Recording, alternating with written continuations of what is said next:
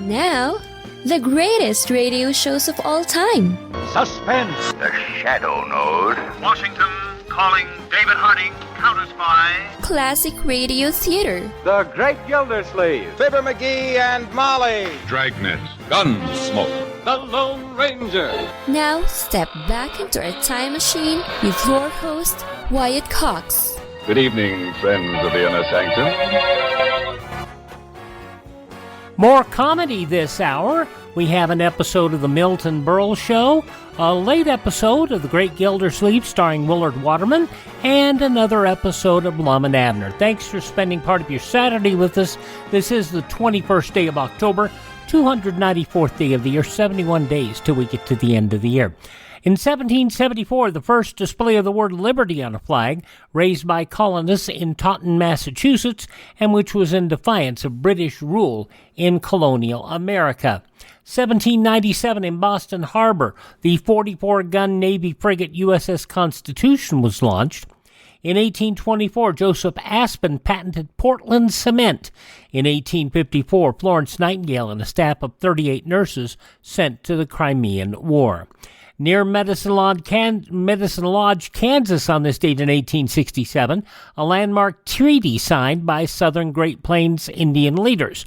The treaty requires Native American plainsman tribes to relocate to a reservation in western Oklahoma.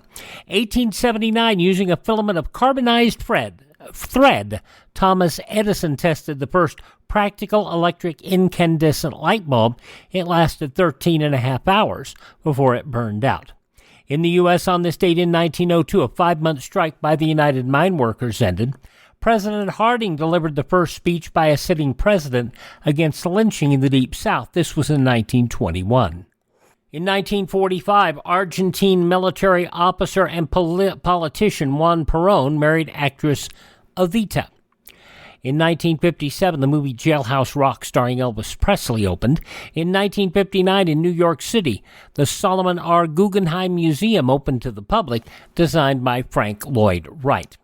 President Eisenhower in 1959 signed an executive order transferring Werner von Braun and other German scientists from the Army to NASA.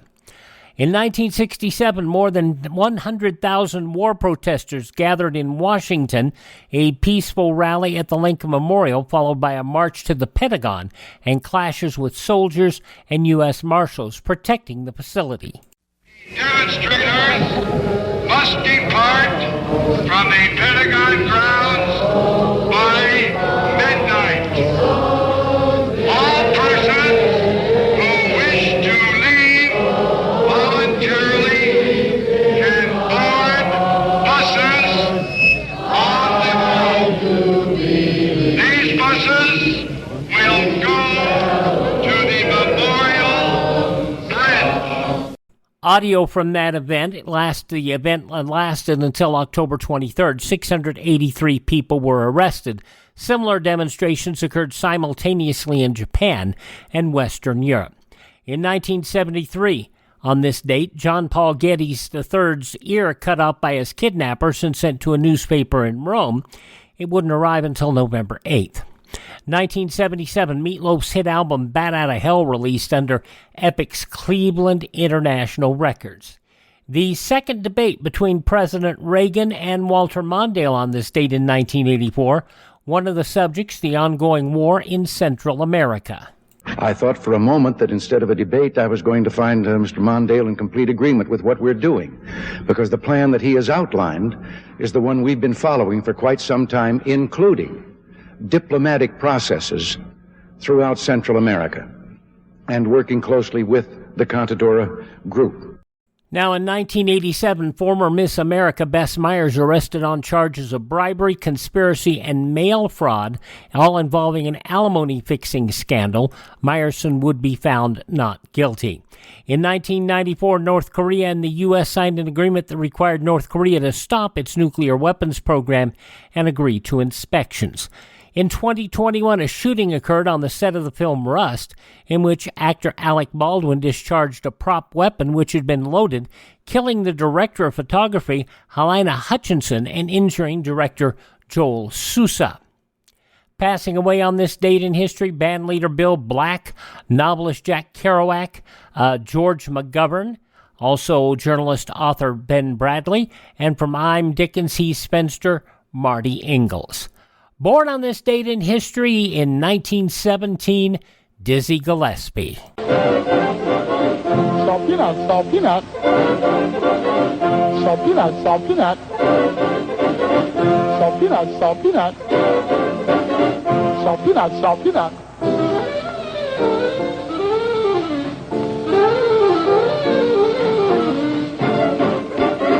Salt peanut, salt peanut. Salt peanut, salt peanut.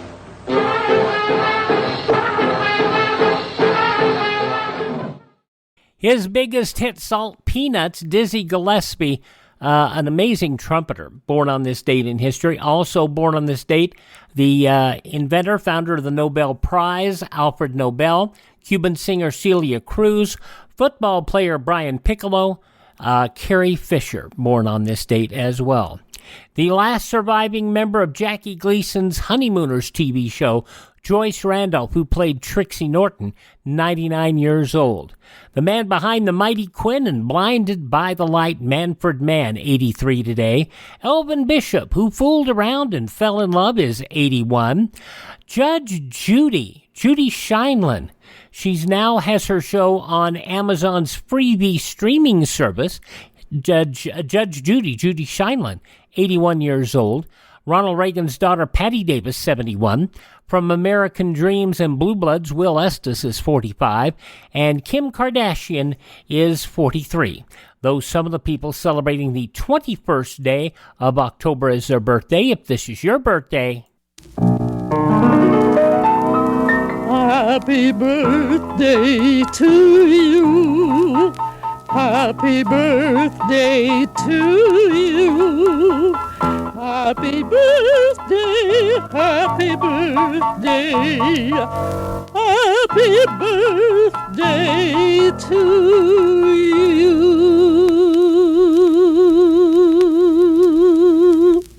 We'll start off going back 76 years to October 21st, 1947, Milton Berle and a salute to good health. That's next here on Classic Radio Theater with Wyatt Cox. America's Protestants, Catholics, and Jews are strengthening the bonds of brotherhood and friendship by helping the needy overseas. Through their houses of worship, these three faiths are sending voluntary relief to virtually every free country in the world. Hundreds of millions of pounds of goods, clothing, and medicine will go to victims of war, disaster, and famine in many parts of the world. More than 80% of American voluntary relief work for the hungry and needy overseas is conducted through the religious agencies of these three major faith groups. When you share with needy persons overseas through your house of worship, you are promoting the spirit of democracy that unites all peoples for peace and goodwill. You are keeping faith with the finest tradition and heritage of America. CBS Radio urges you to keep faith with those in need overseas by giving as much as you can through your faith. Now on Classic Radio Theater with Wyatt Cox, we go back 76 years, October 21st, 1947, from Milton Berle.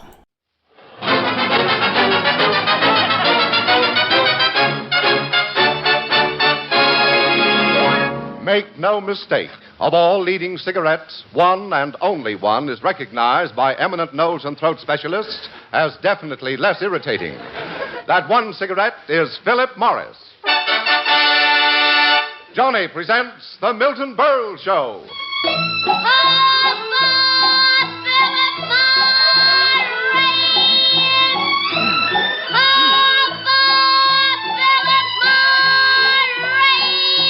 Here comes Johnny, ladies and gentlemen, to remind you, if every smoker knew what Philip Morris smokers know, they'd all change to Philip Morris. Yes, they'd all... Philip Morris!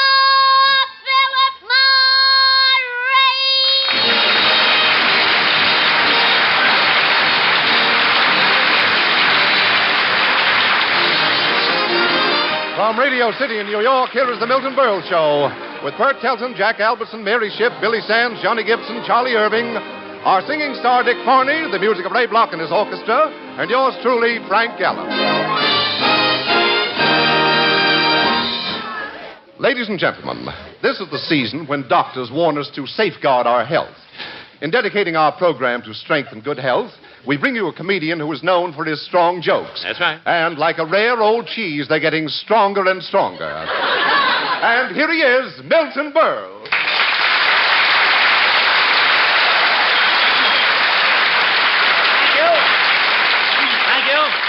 Thank you, and good evening, ladies and gentlemen. Mr. Gallup, my jokes are like rare old cheese. Well, maybe it's because one of my writers comes from Roquefort, Illinois. Mr. Gallup, I don't need radio that badly that I have to take insults. I can always go to Hollywood. There's plenty of room there now. Everybody from Hollywood is in Washington. The Red investigation's got me worried. Just this afternoon, they caught me in the automat eating a sandwich with Russian dressing. But I digress. Where were we, Mr. Gallup? I had just commented on the pungent aroma of your jokes. Mr. Gallup, please. No, you have gone too far, sir. Any comedian who would go on with a show after an introduction like that is nothing but a spineless jellyfish, a sniveling weasel, a man so desperate to hang on to his job that he has lost all pride and dignity. Well, let's get on with the show. Shall we? Very well, Weasel. Weasel, Mr. Gallup. I'd make you eat that word if it wasn't Meatless Tuesday. If it wasn't Meatless Tuesday. This looks like Eggless Thursday, though, I think. But really, Mr. Gallup, why are we talking about insignificant trifle-like jokes when New York just came through a terrible crisis? Panic swept the city. It was the worst scare New York has had in its history. What happened? What happened? Last Saturday, they canceled the races at the Jamaica track. It was terrible. People didn't know what to do with their money. It was piling up on the street, blocking traffic. In Central Park, bums were spreading it out and sleeping on it. It was terrible. Why were the races canceled? Why? There was a strike. The grooms walked out. The grooms walked out? Yes. What a blow for Princess Elizabeth. No, Mr. Gallup, you don't understand. These grooms tend horses. Imagine the grooms walked out and left the horses standing at the halter. Standing at the halter. Oh, Burl, how can one man be so funny and still have to worry about his option? But let us get on. You want to say something, Mr. Gallup? Yes. What a blow for Princess Elizabeth. Mr. Gallup, you said that. It's the only joke I have tonight. I'm making the most of it. Yes, and you have rather been very quiet tonight. A better word is non-existent. Well, that's the way programs work out, Mr. Gallup. One week, I have all the jokes and you say nothing. And the next week, I say nothing and you have all the jokes. But this week was different. Yes, you told all the jokes and you still said nothing. Oh, my word, that was a corking good rejoinder. Yeah, wasn't it? Yeah, that was jazzy, wasn't it? All right, Mr. Gallup, let us get on with our subject. Will you do that? Ladies and gentlemen... Just give me the funny lines. I'll get the yacht. All right, Mr. Gallup, please. You'll get your chance. Tonight, ladies and gentlemen, we salute... How can I get a word in with that big mouth of yours flapping all the time? Mr. Gallup, please. We have a program to do. Ladies and gentlemen... Ladies and gentlemen, talk all night long. All right. Ladies and gentlemen, calm down, will you please? Ladies and gentlemen, here we are. You're next. Here we are, ladies and... Ladies and gentlemen... Yattity. Mr. Gallup! I've never seen you like this. You're so animated tonight. Your eyelids are up. Now, look, Mr. Gallup, if you have something to say, say it. Very well. All right. What a blow for Princess Elizabeth. Thank you. Are you through, Mr. Gallup? Yes. Sounded like it. And now, let us go on with our tribute to good health.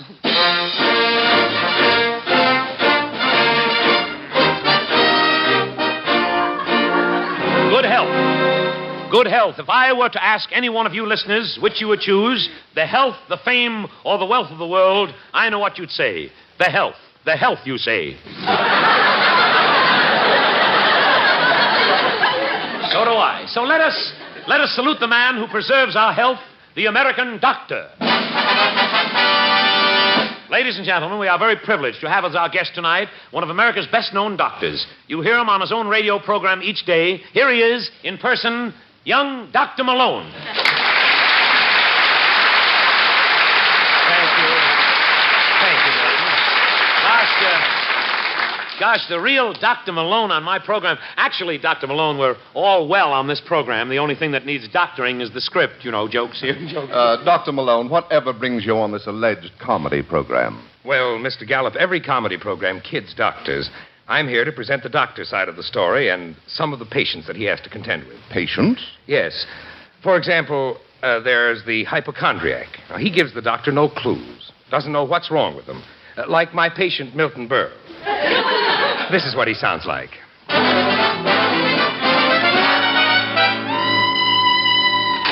Ah, Mr. Berle. What is it today? Dr. Malone, I have a terrible pain in my... Every time I lift my...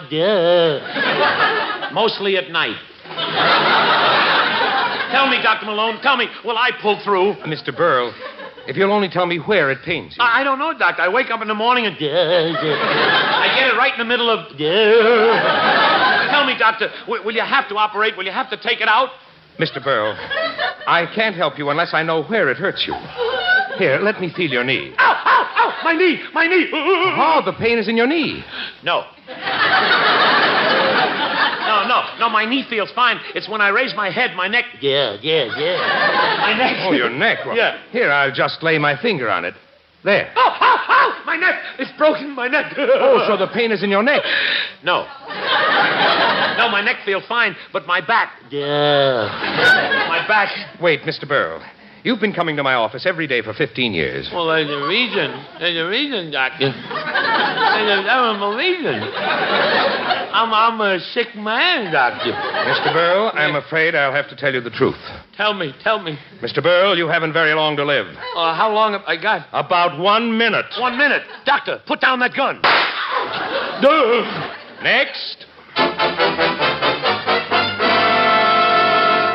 And then, Mr. Gallup, there's the patient who knows too much about medicine. He reads all the medical magazines, bulletins, books. He sounds something like this.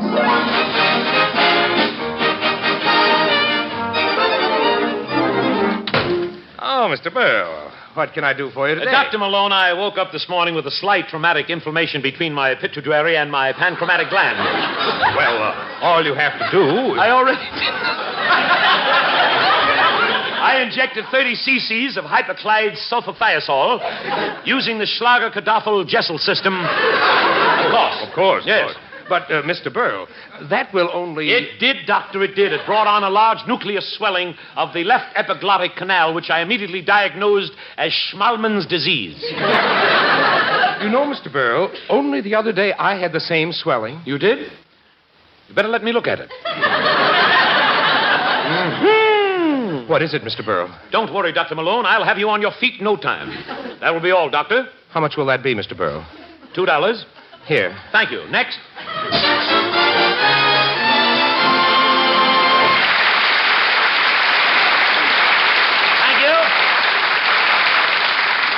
Thank you.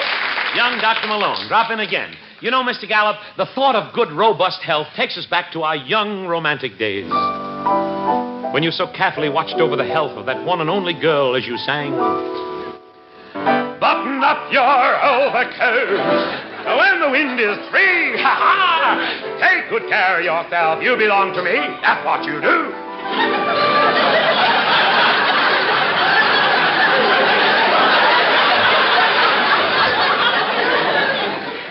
Golden memories of Cynthia.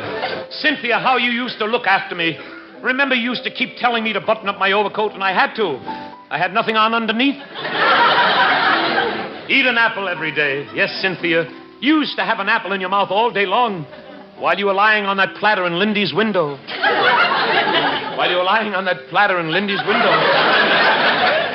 We'll lay that egg on that platter in Lindy's window. What a constitution. What a constitution you had, Cynthia. You could eat anything. You had a cast iron stomach. I didn't believe it until that day I saw them scrubbing it with Brillo.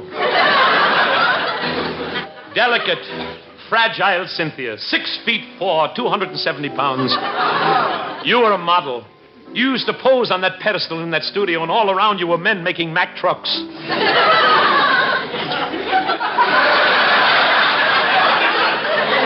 My mother's voice is getting younger down here. What a picture of health you were, Cynthia. Your beautiful hair. Remember how you used to touch it up? You used to touch it up with a little paste so it would stay on your head. But your teeth. You had a beautiful set of teeth. They should have been perfect. You shopped around long enough for them. You shopped around long enough for them. Oh, I'll be back at the Roxy next week, I think.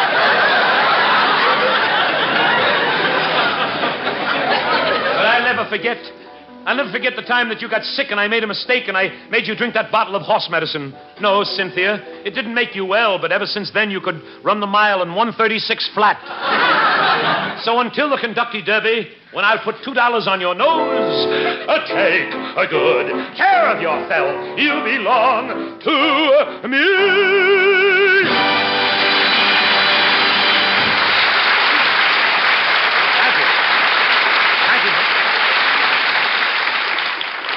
Chicago, New Orleans, Minneapolis, San Francisco, Philadelphia. From all over the country, there's news, big news. Listen. From section after section, eminent nose and throat specialists report that the cigarette they suggest in cases of irritation due to smoking is Philip Morris. Yes, these top-ranking nose and throat specialists actually suggest Philip Morris because they know Philip Morris is the one, the only leading cigarette proved definitely less irritating. Remember, the cigarette that gives you the least irritation is the cigarette that gives you the most enjoyment. After all, it's pleasure, deep, rich pleasure that counts in smoking. And the full measure of smoking pleasure is yours to enjoy day in, day out in Philip Morris. That's why we say, if every smoker knew what Philip Morris smokers know, they'd all change to Philip Morris, America's finest cigarette.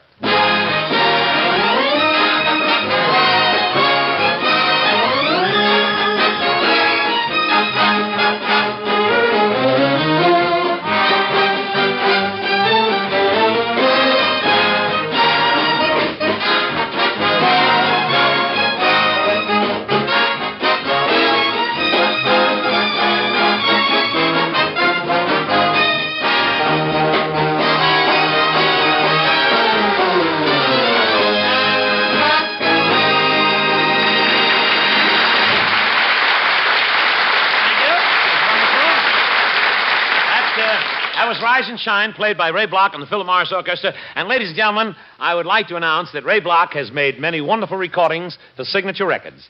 But after December 31st, goodbye, Sam. Yes, Petrillo is taking away all the records, but he's giving them the needles. You get the point? And now, that wasn't in this. But now, as we continue our salute to health, we present... Health Forum tonight. Health Forum tonight. The question. If you have too many red corpuscles, will Washington investigate you? Thank you, Mr. Gallup. And now let's have some questions from the floor. Let's start with the short gentleman here, chinning himself on the man in front of him. Yes, sir? Mr. Berle, I am happy to say that men with your physical condition fill me with confidence in the future. Well, thank you. You're a health expert? No, I'm an undertaker. Thank you. I'm afraid I don't dig you. Well, let us go on. All right, this young man here with his hands in the beaver muff. Young man, what is your name, please? My name is Mahatma Gandhi. Mahatma Gandhi? Yeah. Don't confuse me with the one from India. Oh, I won't. He wears a bed sheet. I know. I wear a hostess gown. Good. Everybody in my neighborhood thinks I have a goat in my apartment. And do you have a goat in your apartment? No, it's just me.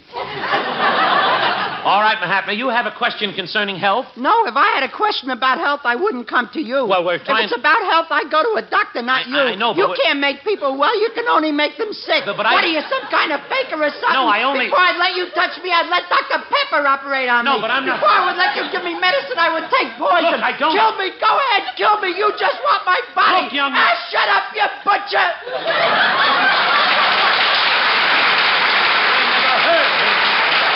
No, please. Let's have it quiet here. No noise, only laughs. Let's hear from the fairer sex. This young lady in the aisle cooling the jellied calf's foot. Your name, madam? Tallulah Feeney. I'm a homemaker. I see. Quite a lot of homemakers in our audience today. You have a question that has to do with health? Yeah, how can I stop my husband from always exercising? He's sure getting to be a muscle-bound jerk. Your husband exercises? He's even taken boxing lessons to lose a few pounds. The first lesson, he lost 4. 4 pounds? 4 teeth. His front teeth? Yeah, his mouth looks like the entrance to a subway. No kidding. From all that boxing, you should see them cauliflower ears. His ears are bad? Every time he goes into a vegetarian restaurant, he gets bit. Oh, no wonder. Just from breathing exercises, he already got 2 big muscles. It's amazing. What's amazing about having 2 big muscles? In his nose? Oh, that's different. What a nut. Every day he puts on shorts and runs around Central Park. Every night I gotta go out looking for Your him. husband gets lost in the park? Nah, the squirrels keep hiding him. Oh, I get it. Every Sunday morning, he goes skating. He belongs to the Upper White Plains Businessmen's Roller Skating and Pinochle Club. Skating is good. That should put muscles on him. He's always flopping. Where he's getting muscles, they don't do him no good. Your husband falls down a lot? Yeah, but the way he's built, when he falls, he ain't got far to go. Thank you very much, Mrs. Cleany. Thank you. Thank you. And now, as a fitting climax to our forum tonight, we have with us tonight none other than that world-famous disciple of rugged strength and muscular power, 4 times winner of the Mr. America Perfect Body Competition, Fenton Hercules Featherfield. Ladies and gentlemen, Mr. Featherfield.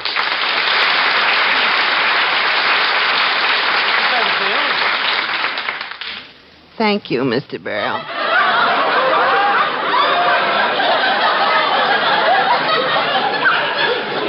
Thank you.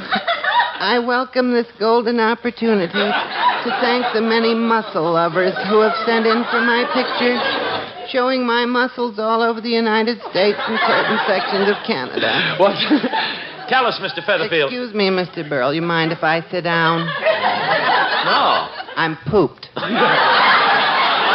You're tired? On the way here, I picked a pair of dice off the sidewalk. But, Mr. Featherfield, dice aren't heavy. These were loaded. I think I strained myself. Oh, you did? Well, Mr. Featherfield, I remember those glorious pictures of you as Mr. America, bulging muscles, rugged strength. What happened? You're a wreck. Mr. Berle, it's the evil of drink. Shame on you. Shame on you, Mr. Featherfield. Ruining that wonderful body of yours by being drunk. Oh, I was only drunk once in my life. Only once? And it made you a wreck? Yeah. While I was drunk, I got married. You mean your home life is unhappy? Mr. Berle, my home is like a little nest. And my wife is like a mother hen. She is, eh? Yeah. She's been sitting on me for 15 years. Well, before you go, Mr. Featherfield, can you give the young men of the country some advice on good health? I'd be glad. Do that, will you? Young men, if you wish to remain healthy, if you wish to keep strong, happy, and vibrant, just keep doing this simple exercise. Holding the head up, you shake it vigorously from left to right and right to left. And when should they do this? Whenever they hear the words, "Do you take this woman to be your wife?" Thank you very much, Mr. Featherfield.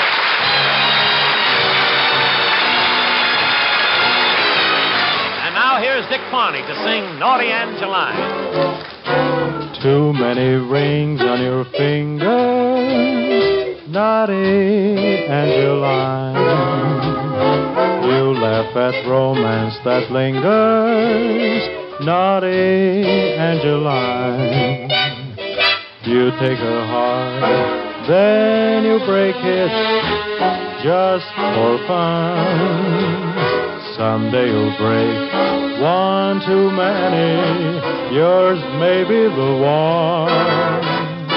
Everyone kisses a flower filled with sweet perfume.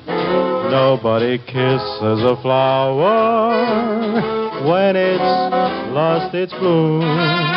So come to my arms, mischief-making baby, settle down and just be mine.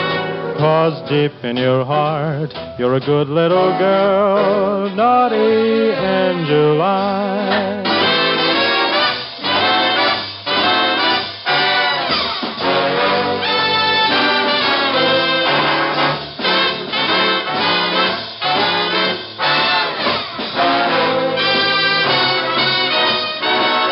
So come to my arms, mischief-making baby. Settle down and just be mine. 'Cause deep in your heart, you're a good little girl, naughty,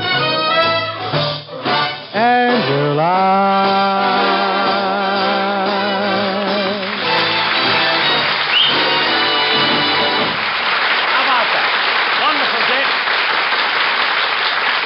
Dick Barney, wonderful.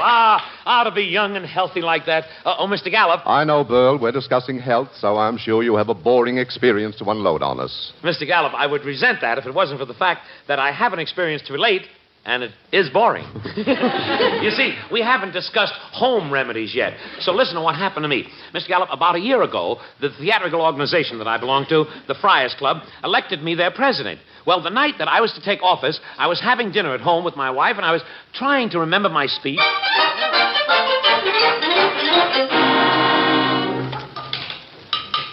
Fellow members, brothers of Buskin, pals of audible days, friends of the... No, that's too long. I'll have to cut it down. Just say bums. No, dear. These men who have elected me, they've elected me their president. Then say morons. It's very funny. It's very funny. Gee, it's late. I better run. I don't want to miss the opening ceremony. Bert Lara singing Joshua Fit the Battle of Jericho. That I must hear. I'm going. Where's my hat? Over in the corner. I'll get it. Oh, brother, just once I'd like to see our dog have puppies and something else. Shh, get out. Out. Goodbye, dear. Goodbye, Milton. I'll be home late, so don't... Ooh, was that me? Milton, you see you had the hiccups from eating too fast. I'll get you some water. No, dear. I'm in a hurry. Oh, no. I know that corny knock. That's Sam Harrison. If he sees me with hiccups, I'm through. He thinks he's one of the Mayo brothers, the one in the middle. All right, come in. Howdy doodly doo. Hi, Milty. Dear, Sam Harrison and his wife Martha are here.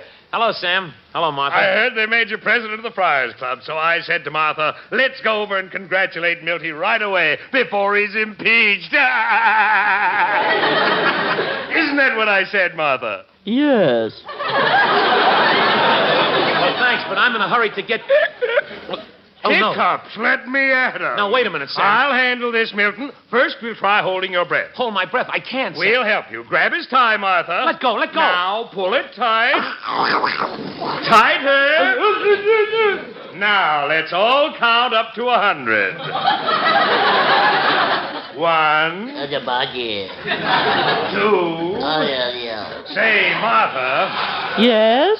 Isn't Milton's face getting purple? Yes. Let go of his tie, Martha. Milton, say something.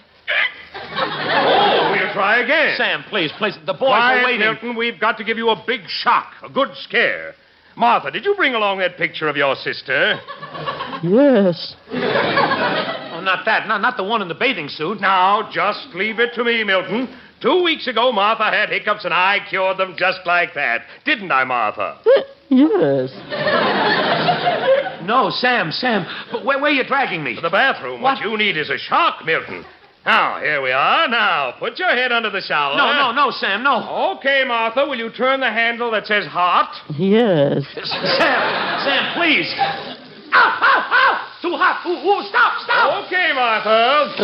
Oh, my face, it's boiled. And now the cold water, Martha. No. Yeah. Turn it off. That's all. There you are, Milty.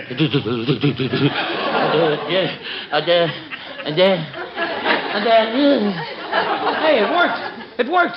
No more hiccups. Just leave it to good old Sam every time.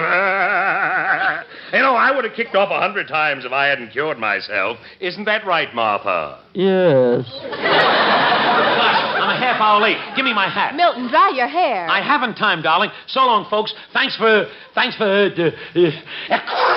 Oh, you caught cold. Cold. Let me at it. Cold? Look, Sam, I'm okay. You see, I'm fine. Now I'll just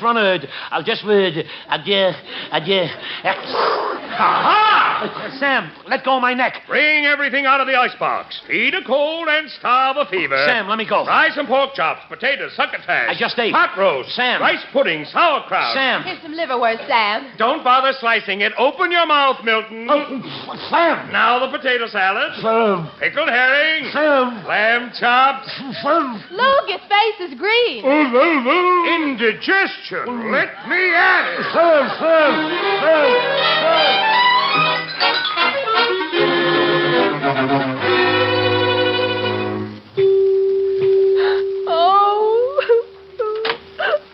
You may come in and see your husband, Mrs. Burrow. Oh, doctor, is he going to... No, we've pulled him through. We pumped him out as best we could. We may have to operate later for the pork chop bones. Where is he? He's in this oxygen tent here. Speak through this hole in the top. Thank you. Milton? Milton? Hello, dear. Oh, it's you. Yes. Are you comfortable in there, Milton? I'm comfortable in here. Are you comfortable, Sam? I'm comfortable. Are you, Martha? Yes.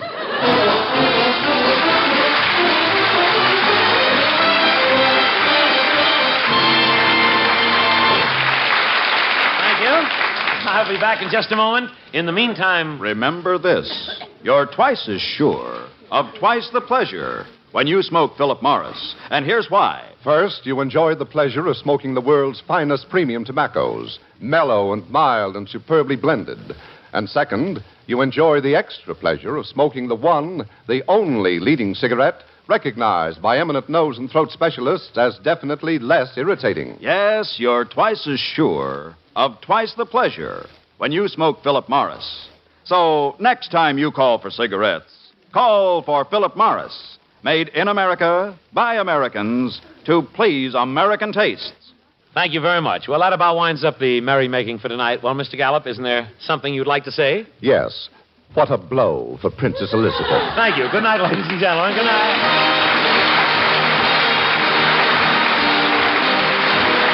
This is Johnny again, returning now to the thousands of store windows and counters all over America. Look for me. I'll be waiting for you. Come in and call for Philip Morris. Call for Philip Morris. Yes, if every smoker knew what Philip Morris smokers know, they'd all change to Philip Morris, America's finest cigarette. And now, goodbye, Johnny. See you next Tuesday, same time, same station, when Philip Morris will again present the Milton Berle Show. Until then...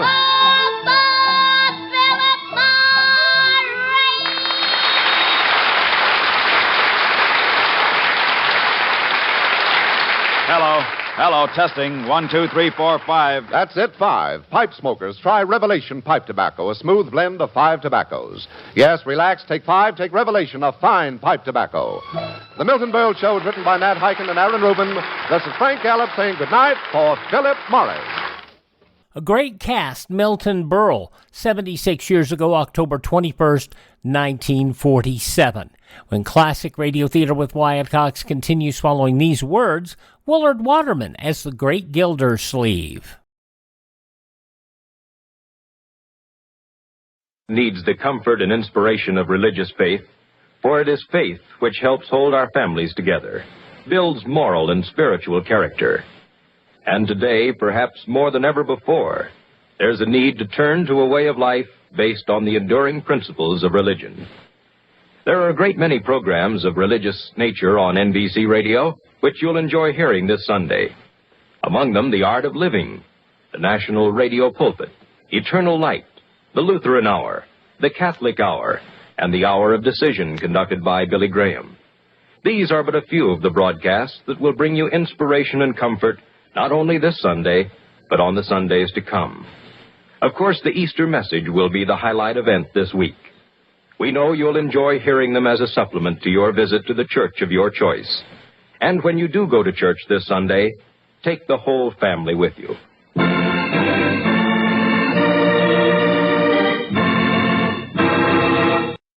Now on Classic Radio Theater with Wyatt Cox, Willard Waterman as the Great Gildersleeve from 70 years ago, October 20th, 1953.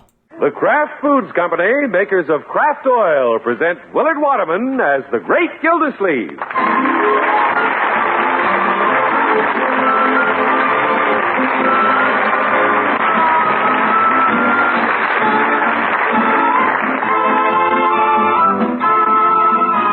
The Great Gildersleeve is brought to you, transcribed by the Kraft Foods Company. Time's getting short. You have only a few more days to enter Kraft Oil's contest, the sensational Name the Cake contest that awards the winner a new Ford Victoria every year for 5 years. Get entry blanks at your grocer's tomorrow. It's easy to enter, and you may win a new Ford every year for 5 years, or one of 1,850 valuable Dormeyer electric appliances. More details in a few minutes.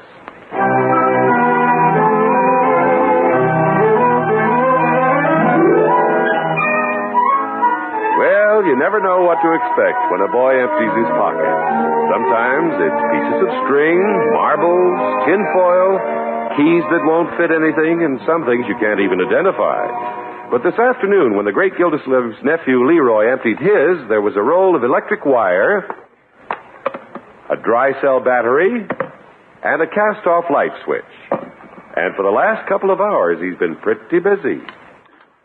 Now I'll attach this other wire to the switch and snip it off. That should do it. Leroy! Yeah, Bertie? What are you up to in your uncle's den?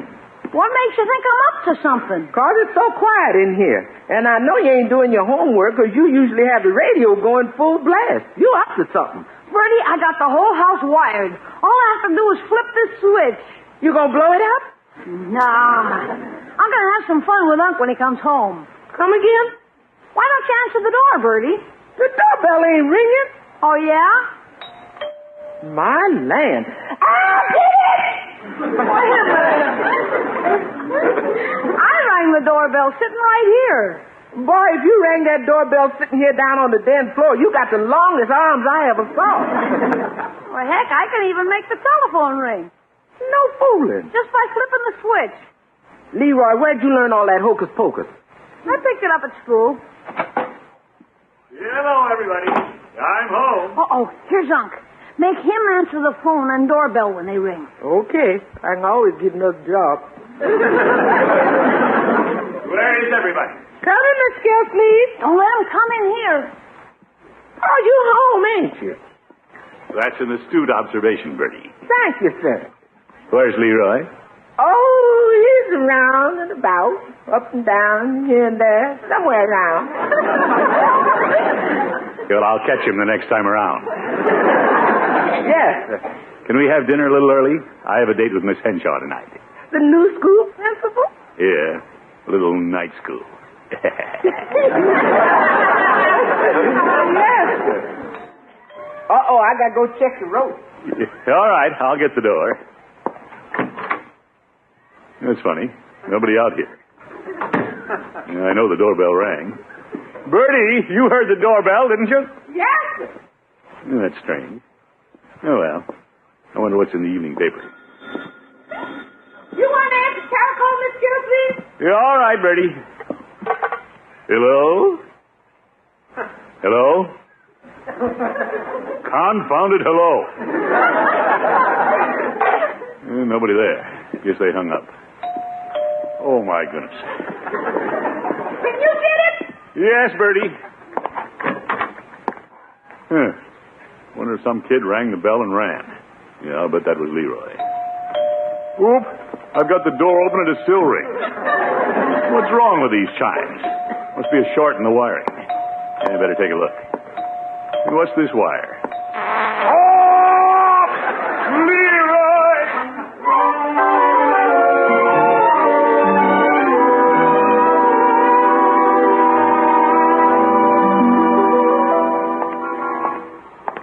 By George, I have to congratulate myself when I think of how well I'm doing with Irene Henshaw.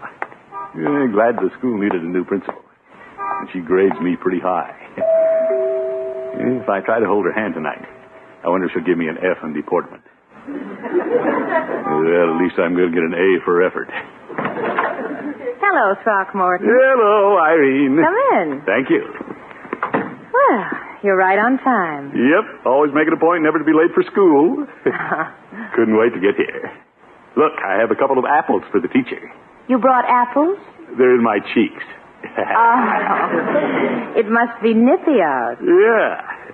What shall we do tonight, Irene? Do you mind if we just stay here by the fire? Do I mind? I had a dreadful day at school. Everything seemed to go wrong. Yeah, I'll do my best to make you forget. Let's sit here on the couch.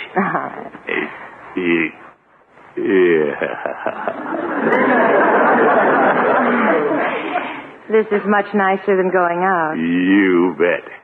Say, you're a vision of loveliness tonight. Thank you. That's quite a get-up you're wearing. Low in the back and buttoned high up the front. Cute dress. Oh, it's just a little print. Well, I must say you publish it well. Throckmorton, you're such fun to be with. You bolster my ego. Well, we do get along great together. You're such a comfortable man to be around. Yeah, I'm as comfortable as an old shoe. I wonder if I should throw another log in the fire. No, let it flicker. I love the interesting shadows it throws on the wall. I can see our shadows over there. Let's see if I can make a rabbit with my hands. He used to do this when I was a kid. Well, that's very good. I'll make a companion for him. Good. How's that? He's quite a bunny. Let's have our rabbits touch noses. All right. Look, they like each other. Mm-hmm. Yeah, Irene. Yes? They say the Eskimos rub noses when they kiss. So I've heard. I wonder we should forget the rabbits and play Eskimo. Do you think it's that cold in here? No, indeed. Irene. Oop. Gracious, who could be at the door at this hour? Probably a Northwest Mountie. Excuse me, Throckmorton. What a time for the doorbell to ring. Evening, Miss Henshaw. Why, Mr. Jensen. You told me to report what I found out about them dad-busted bells at school. Yes? Well, I can't find out a thing. Oh? Well, why did he come by? Step inside. We'll have to decide what to do. Thank you, ma'am.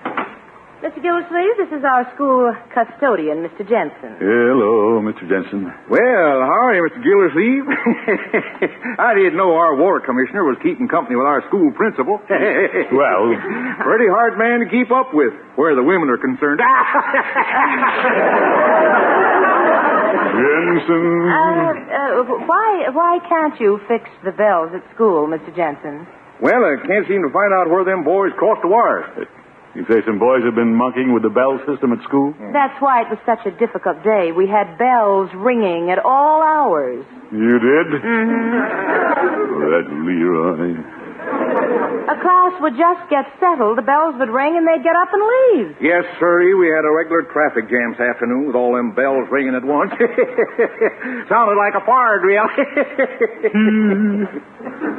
You haven't any idea what boy did it? No, but I'd be tempted to expel the one who did. I'd warm his britches, that's what.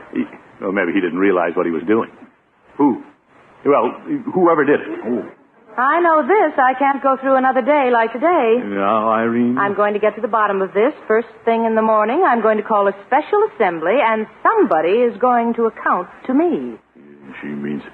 I'll point out how everybody in school is being inconvenienced, and if the boy has any honor at all, he'll step forward and take his medicine. Well, I'm sure Leroy... Oh! Leroy? Leroy, you're any boy. Whoever did it. We'll realize his mistake by tomorrow morning. Any boy who would do a thing like this must be a headache to his parents. Well, I'd better say good night. Yeah, I better go home, too. I think I have a headache.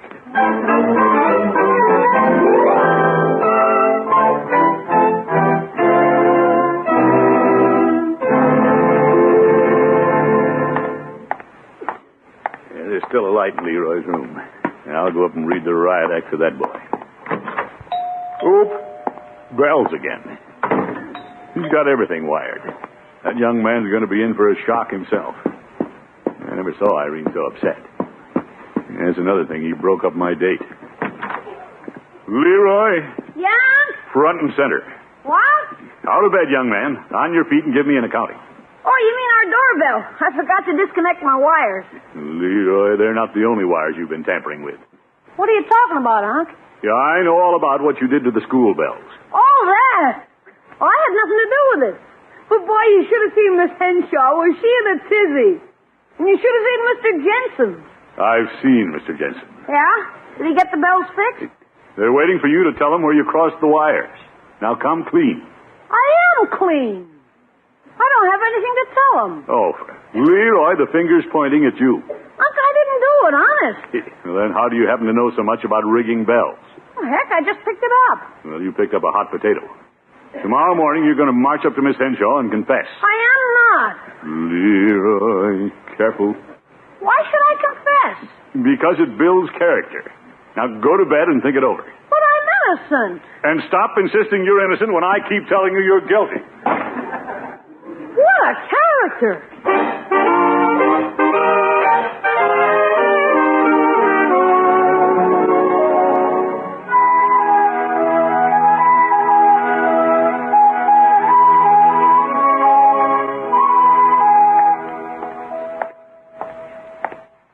Pretty quiet around school today. Irene must have laid down the law. That Leroy. Couldn't get a thing out of him. The only honest thing for me to do is go to Irene myself and tell her I know he's implicated. Maybe she'll go a little easy on the boy. He isn't malicious. Come in. Hello, Irene. Hello, Throckmorton. Mr. Gildersleeve. Irene. Oh, yes, we are in school, aren't we? Yes, we are. The reason I came, Miss Henshaw, is to talk about the bells. Oh, they became such a problem, we disconnected them all. We're going by watches until we find the source of the trouble. Well, I know the source of the trouble. You do? This is very embarrassing and painful to me. But the boy who did it is afraid to confess himself, so I'm doing it for him. Who are you talking about, Throckmorton? Well, my nephew, Leroy. Leroy? Is he smart enough to rig the wires? I didn't know he was scientifically inclined. Yeah, now don't be too hard on him. It may be that he's just gotten in with the wrong crowd here in the school.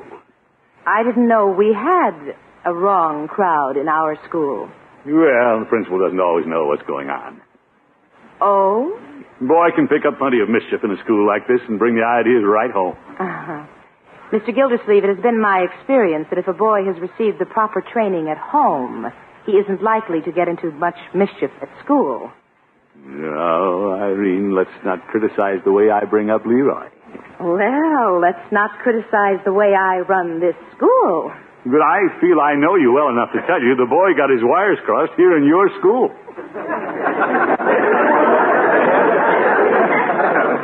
Well, I think I know you well enough to tell you the boy's uncle is a little haywire. Now, Irene... I'm very busy.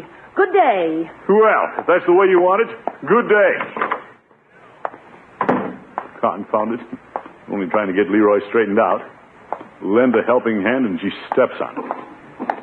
Say, there's Jensen still working on the wires. You found out where the trouble is, Jensen? Not yet, Commissioner. Well, perhaps I should help. I feel a little responsible for this. Did you do the tinkering? No, Jensen. Here, let me have your pliers. I see a wire way back there that looks like it's dangling. Oh, must have missed that one. Here. Yeah, it goes right here, I guess. Oh, Dad, bust it. Now the kids will change classes again. Yeah, and here comes Miss Henshaw breathing fire. I'm getting out of here. She's already scorched me.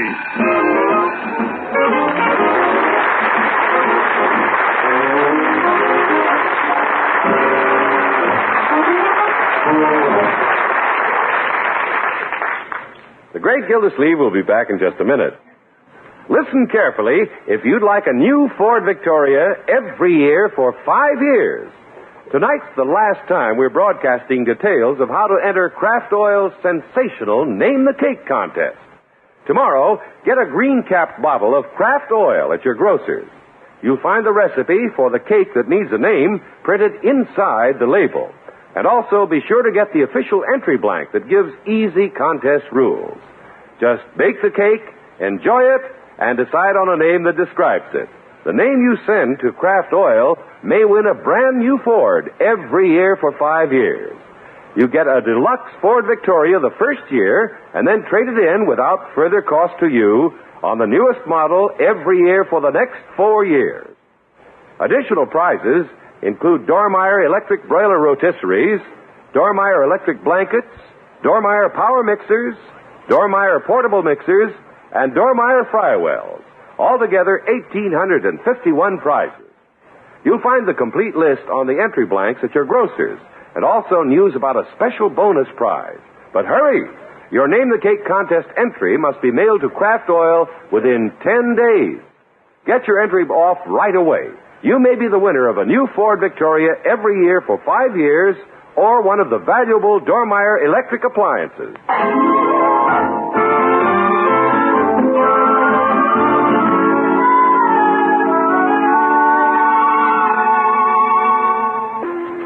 Well, the Great Gildersleeve has plenty of circumstantial evidence, but he hasn't been able to get a confession that his nephew Leroy rigged the school bell.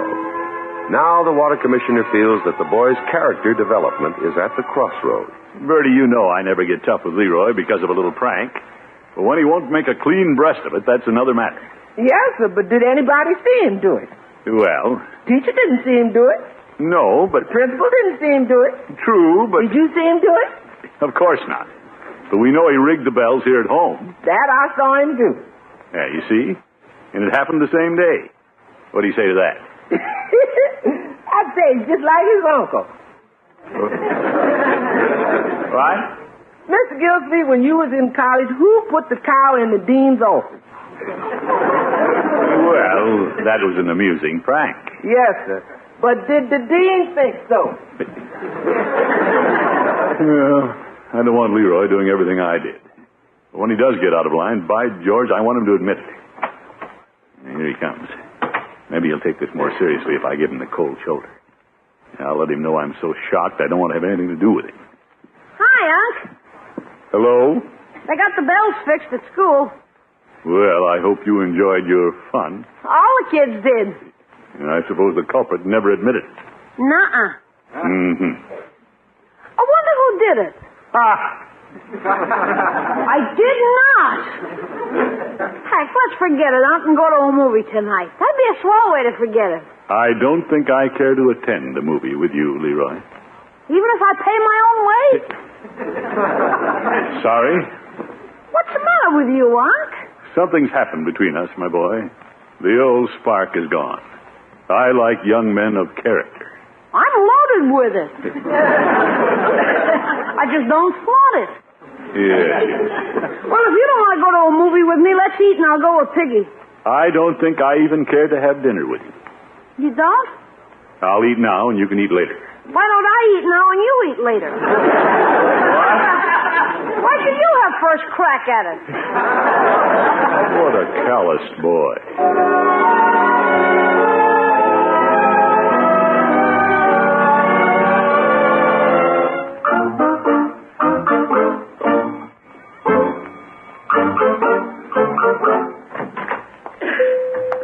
Hello, Phoebe. Hello, Mr. Gildersleeve. What can I do for you? No, I don't want anything. Just wanted to get out of the house and away from Leroy. The boy got the mumps or something? No, I'm purposely ignoring him because he wired those school bells and won't admit it. You don't say. I'm giving him something to think about. What are you doing, Phoebe? I'm just putting these cosmetics on the shelves. You know, a woman uses a lot of camouflage these days, Mr. Gildersleeve. Yeah, I guess so. They may not put much on their backs, but they sure put a lot on their faces. I wonder what a woman really looks like. You should know, Phoebe. You're married. Yeah, I think I'll take some of this stuff home to Mrs. Peavy.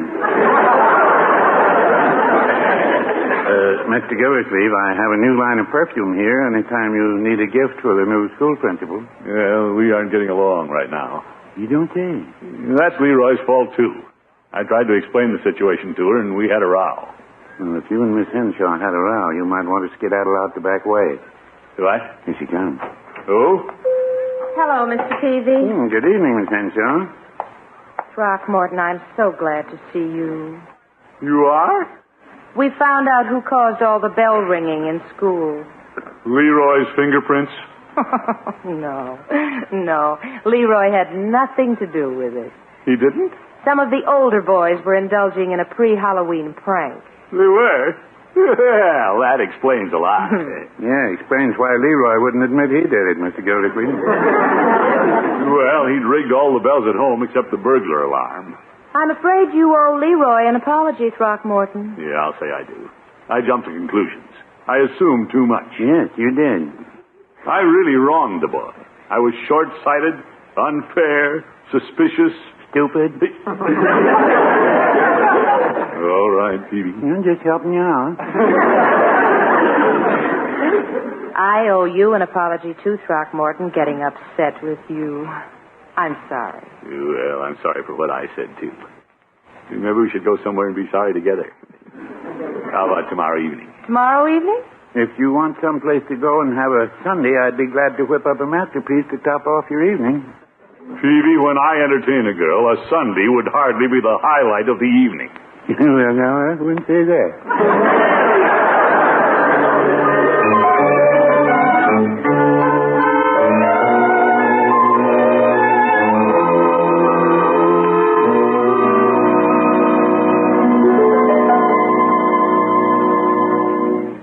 Mr. Gildersleeve's gonna be mighty sorry he accused you, Leroy. Yeah.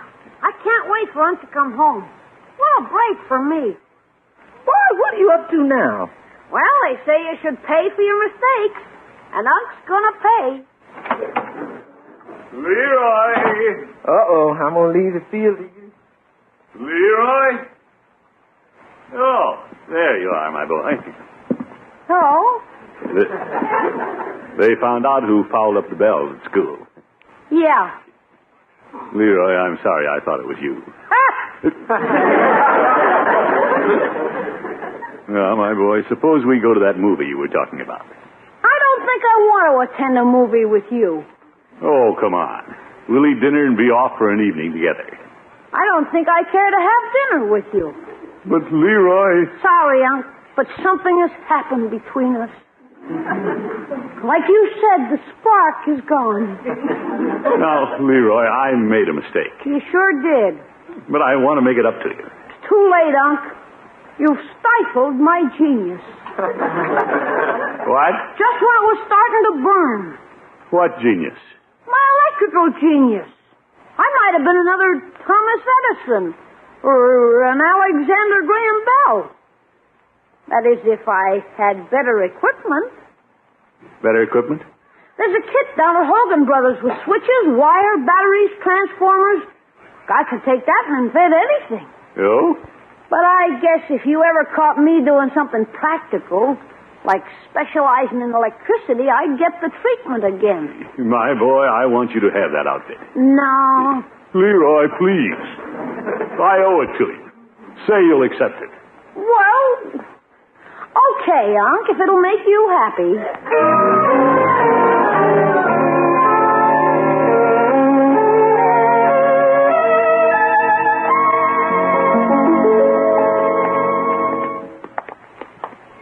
You don't mind staying out a little later tonight, do you, Irene? Not at all, Throckmorton. It's been fun.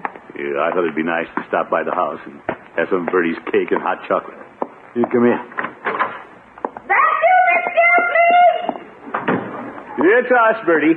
Yes! Oh, Bertie has a nice fire going. Yes. Let's go over and sit down. Here comes the hot chocolate and the cake. Well, such service. Bertie's a jewel. Evening, Miss Henshaw. Hello, Bertie. Now I'll put the tray right down here by you two and leave you to shift for yourself. All right, Bertie. We'll manage. Thank you. Good night. Yes, sir. How do you like to look at that cake, Miss Henshaw? Oh, it's beautiful, Bertie. I've been hearing a lot about your cake. Yes, ma'am? Yeah, Bertie's quite a cook. Good night, Bertie. Good night, Miss Gildersleeve.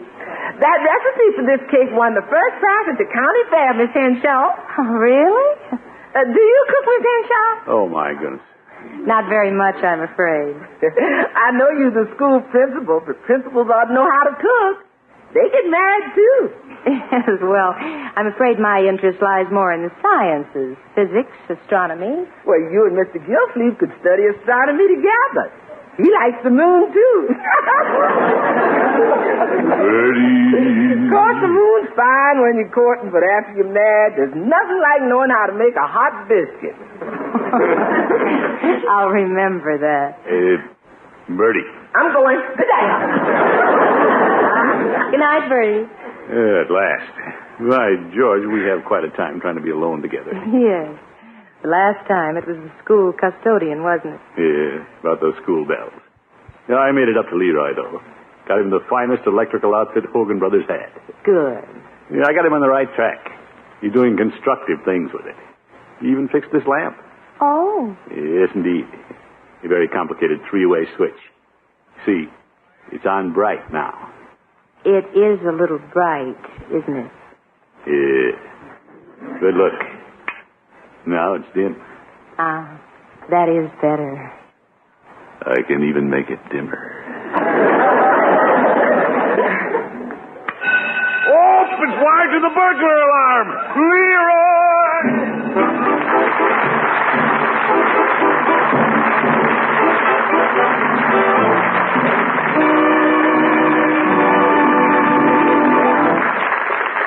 The Great Gildersleeve will be with us again in just 30 seconds. Just a last reminder to get your entry blank for Kraft Oil's sensational Name the Cake contest at your grocer's tomorrow. It's the easiest contest in the world to enter.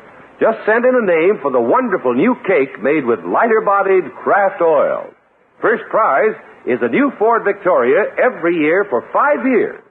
Other prizes include 1,850 Dormeyer electric appliances. Just name the cake that's made with Kraft oil. Get your entry blank tomorrow, and good luck.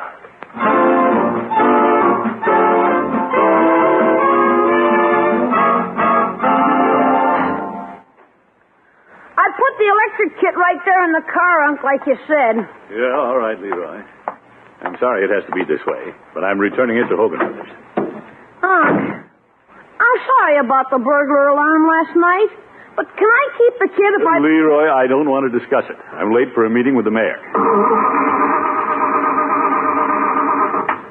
Oh, for just when I'm in a hurry.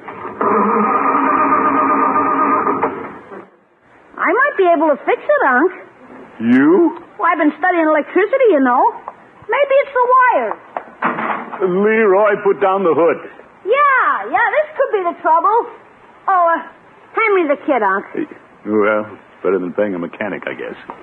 Unless he ruins the motor.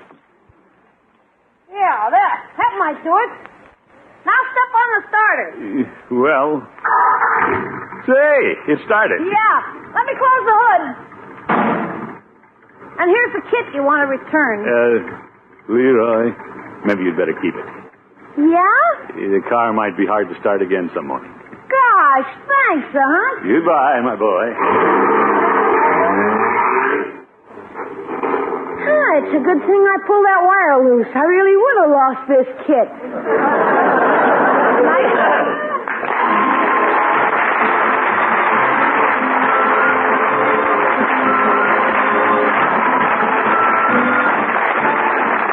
Great Gildersleeve is played by Willard Waterman and is an NBC Radio Network production. The show is written by John Elliott and Andy White and is transcribed. Included in the cast are Walter Tetley, Jess Kirkpatrick, Lillian Randolph, Kathy Lewis, and Dick LeGrand. Musical compositions by Jack Meakin. This is John Heaston saying goodnight for the Kraft Foods Company, makers of the famous line of Kraft quality food products. Be sure to listen in next week and every week for the further adventures of the Great Gildersleeve.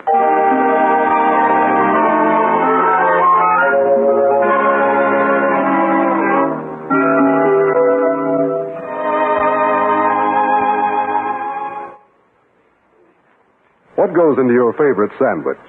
Maybe it's roast beef or savory baked ham.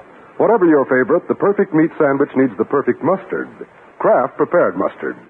For when you add a little mustard, you add a lot of tang. You can take your choice of 2 kinds of Kraft mustard. Mild Kraft mustard is smooth and delicately spiced. Or if you like your mustard with extra pep, try Kraft mustard with snappy horseradish added. Keep them both on hand and keep everyone in the family happy. Next time, get Kraft prepared mustard.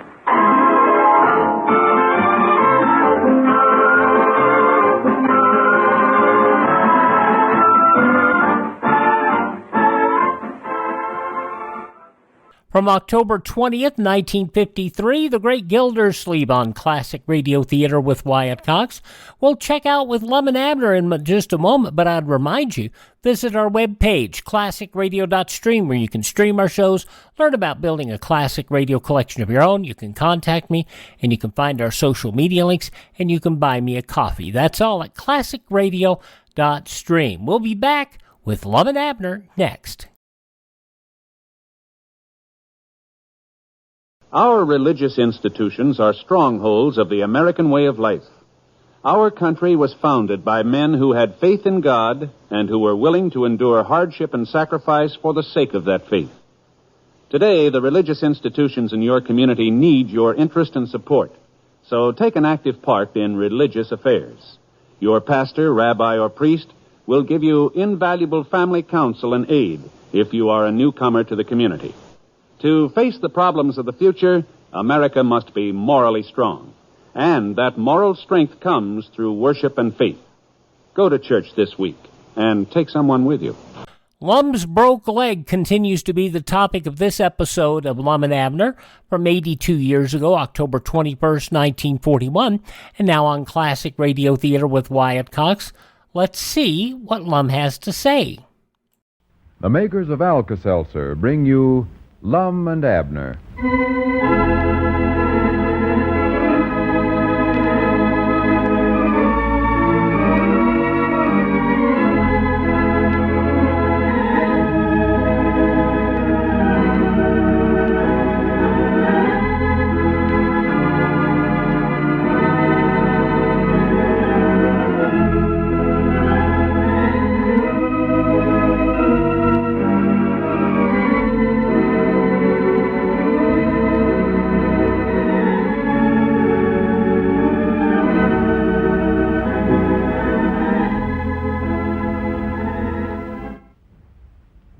Our old friend Lum used an old adage the other day that most of us recall. He said, "Good things come in small packages."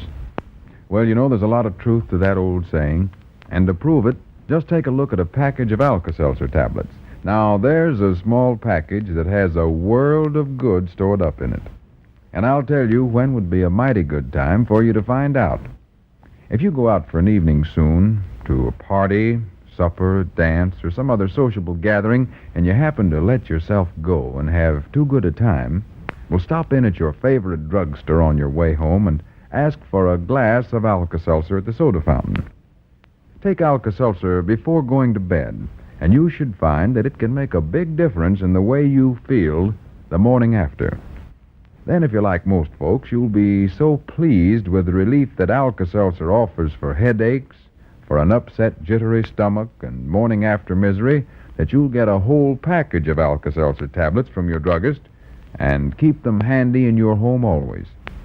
Try it, won't you? When you forget your better judgment by eating or drinking to excess, be sure to remember Alka-Seltzer. Get it at any drugstore. And now, let's see what's going on down in Pine Ridge. Ever since Lum made the mistake of bandaging the wrong leg a few days ago, he's been afraid that Squire Skimp has discovered the secret of his fake broken leg. The old fellow is so worried over the results of what might happen if Squire divulges the secret that he's on the verge of a nervous collapse. As we look in on the little community now, we find Lum and Abner down at their store. Listen. Wait a minute. Is that him? Who? Squire Skimp. Oh, no, that's Ezra Seastrong. Oh, swan to goodness, Lum, you're as nervous and jumpy as a rabbit's nose. I know it. Act like you're scared to death of Squire. He's going to accuse me of some trouble, I can tell you that right now. He knows this leg of mine ain't showing up broke, and he's just laying back waiting for a chance to get me. Get you? Well, do something. He can send me to the penitentiary, and he knows it. Well, what would he want to send you to the penitentiary for? Why, on account of me sending in a claim to the insurance company for a broke leg when it ain't broke. Well, he was the one that insisted on sending the claim in. Yeah, but it was my name that was signed to it. Well, I still believe you're just getting yourself all worked up for nothing. I don't believe he knows your leg ain't broke. Well, he's the only one that has noticed that I had my left leg wrapped up for a while, and now it's my right leg. Well, if he knows, why don't he do something about it then? That's the part that's making me so nervous. Why don't he come right out and do something? Get it over with. Well, I believe if he'd have noticed it, he'd have did something about it long ago, Lum. Well, he's got something up his sleeve. Well, Huh? He's working on some scheme. You can bet your life on that. What's he got up his sleeve? I don't know. That's what I want to find out. How do you know he had? Oh, I knowed the minute he seen I had the wrong leg wrapped up, he was on to us. Do you think it's a pistol? Think what's a pistol? Well, what he's got up his sleeve? Of course not. What would he be doing with a pistol up his sleeve? Well, I know it's something that you're scared to death of. Reckon it's a knife? Abner, I don't mean he sure enough got something up his coat sleeve. Oh, shirt sleeve, huh? No. When I said... Well, that's the only two sleeves he's got, Lum. When I said he's got something up his sleeve, I mean he's got some scheme figured out that's going to cause me some trouble. Well, that's a funny way of saying it. What's so funny about it? Well, just saying got something up his sleeve when he's going to cause you trouble. Well, lots of people use that expression.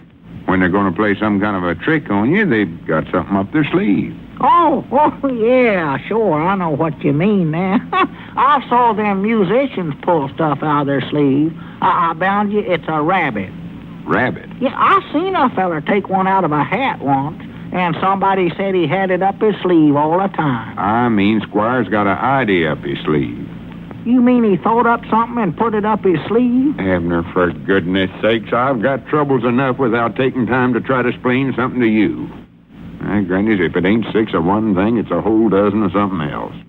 I can have more troubles than all them morning radio serials put together. Well, I still think it's just your imagination. Squire ain't said a word about it. I know it. That's what's got me worried.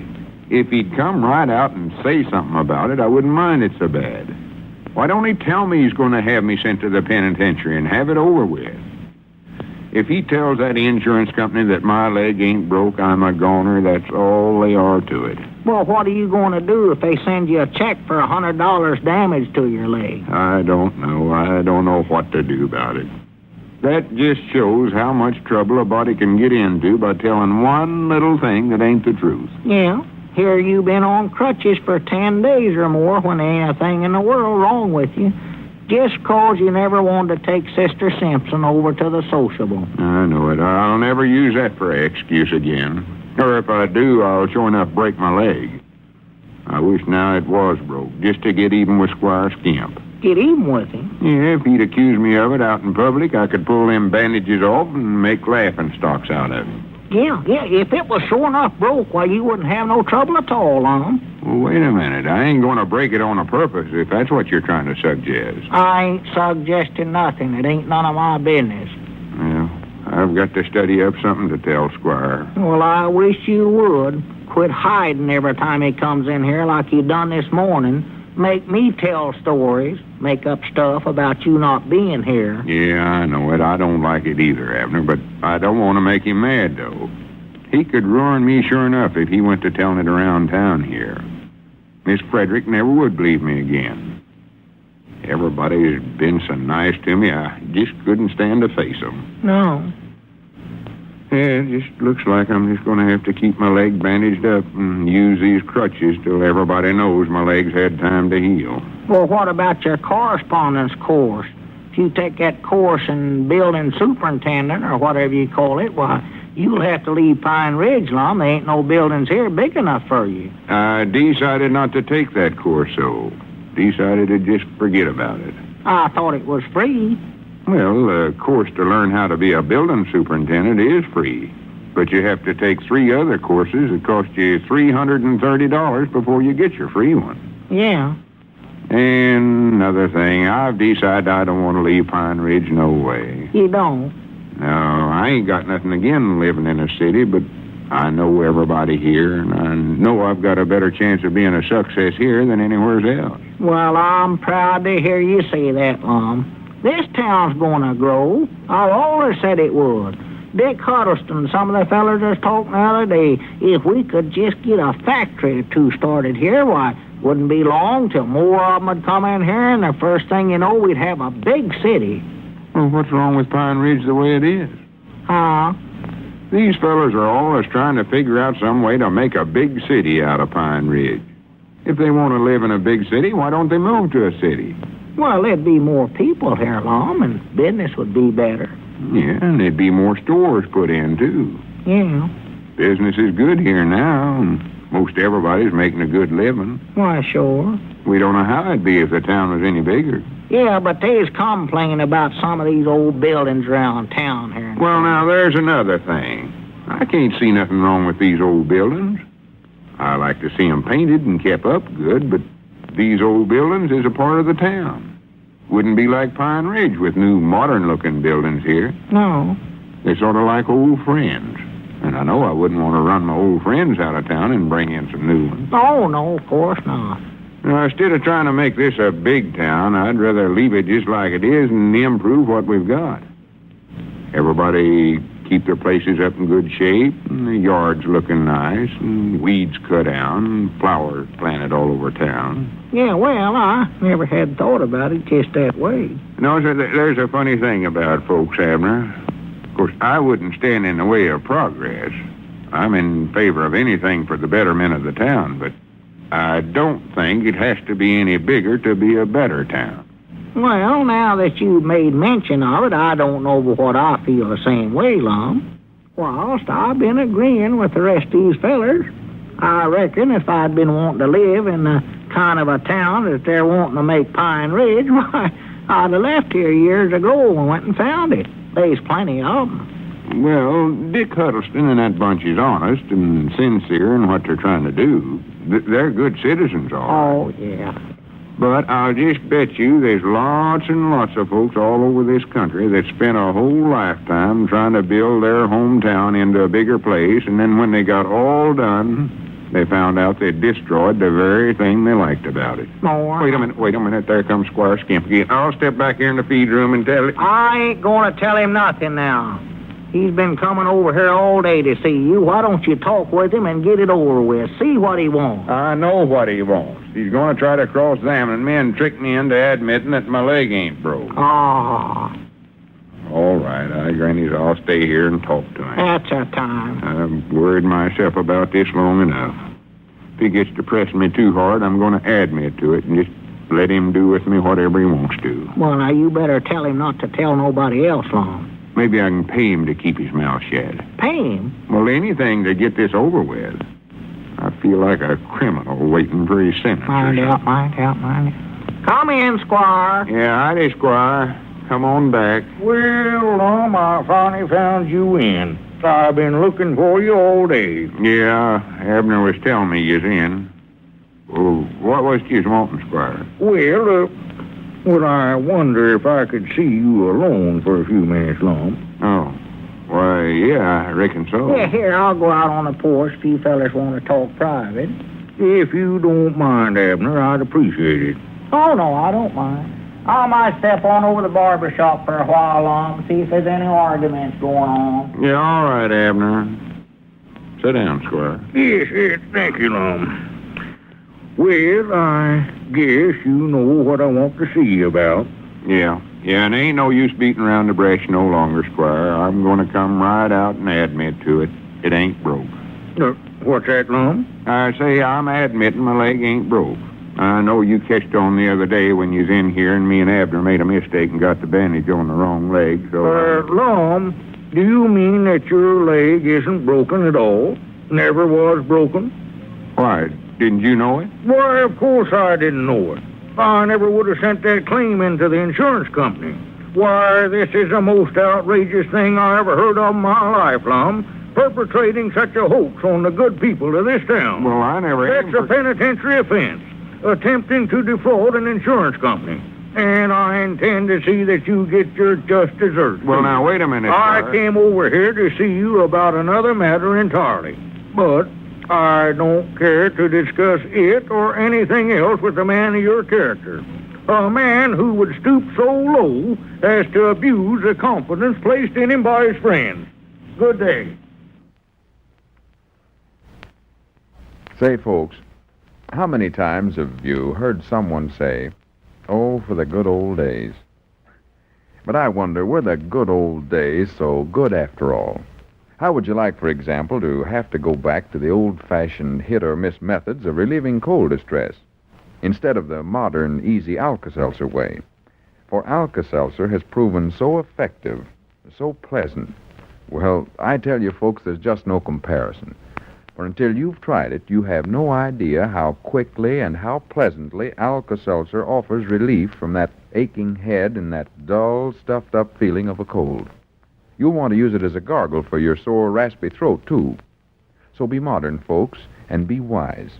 The next time you catch cold, take common-sense precautions, get more rest than usual, watch your diet, dress sensibly, and take Alka-Seltzer.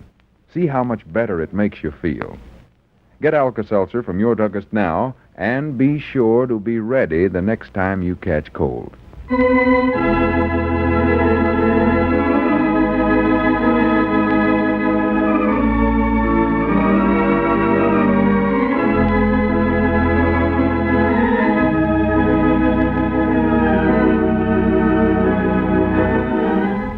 Well, we may have an episode of Lum and Abner coming from the penitentiary soon. 82 years ago, October 21st, 1941, Lum and Abner here on Classic Radio Theater with Wyatt Cox. Visit our webpage, classicradio.stream. That's classicradio.stream. Have a great day, and we will be back. Have a great Saturday, and we will be back with you with our Sunday edition next time here on Classic Radio Theater with Wyatt Cox.